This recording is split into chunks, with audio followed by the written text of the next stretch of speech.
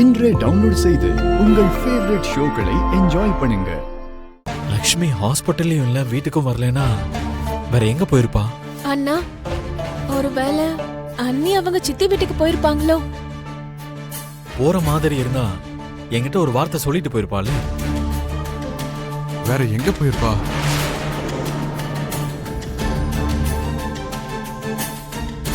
பெரியமா, பெரியப்பா, நீங்க இப்போ அர்ஜென்ட்டா நியூஸ் பார்க்கணும்.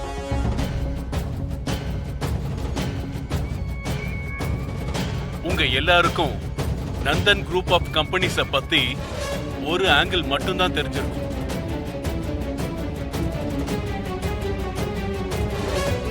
ஆனா எனக்கு அவங்கள பத்தி எல்லாமே தெரியும்.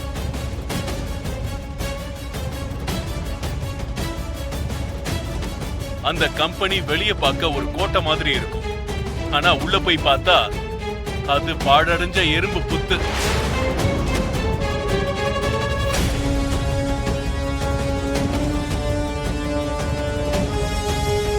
அத பார்த்துதான் இவ்வளவு நாளா நீங்க எல்லாம் ஆகா ஓகோன்னு பாராட்டிக்கிட்டு இருந்தீங்க.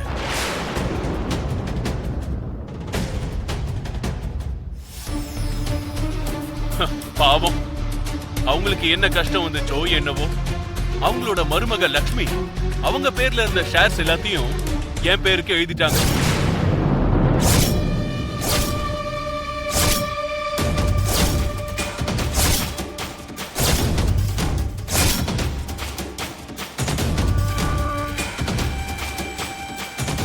அதுக்கு சம்பந்தப்பட்ட டாக்குமெண்ட்ஸ் இதுதான். இப்ப நந்தன் குரூப் ஆஃப் கம்பெனிஸோட மேக்ஸிமம் ஷேர்ஸ் என் பேர்ல தான் இருக்கு.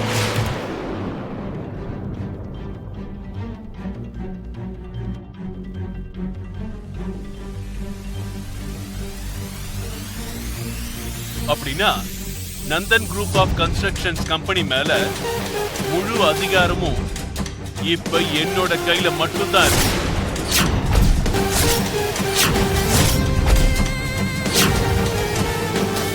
இது என்ன எங்க ரெண்டு பேருக்கு மட்டும் தெரிஞ்சா பத்தாது, இந்த உலகத்துக்கே தெரியணும்ல. அதுக்காக தான் இந்த பிரஸ் மீட்.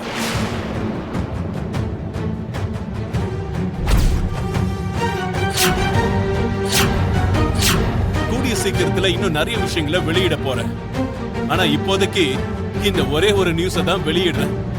இல்ல, இது எல்லாமே போய் அந்த பிரவீன் மிட்டல் எல்லாரையும் ஏமாத்திட்டு இருக்கான். நீ சொல்றது கூட உண்மையா இருக்கலாம்டா. ஆனா அவன் இவ்வளவு தைரியமா பிரஸ் மீட்டை வச்சு இந்த விஷயத்த சொல்றான்னா இதெல்லாம் போய் ஏமாத்து வேலைன்னு எப்படி நினைக்கிறது மித்ரா? இல்ல டாட், லக்ஷ்மி எதுக்கு அப்படி செய்ய போறா? லக்ஷ்மி நம்ம முதுகுல குத்துற காரியத்தை எதுக்கு செய்ய போறா? கண்டிப்பா அந்த பிரவீன் மிட்டல் தான் ஏதோ பிளான் பண்ணி இந்த பிரஸ் மீட்டை வச்சிருக்கணும். லக்ஷ்மி வந்தாதான் இது உண்மையா பொய்யான்னு தெரிய வரும்.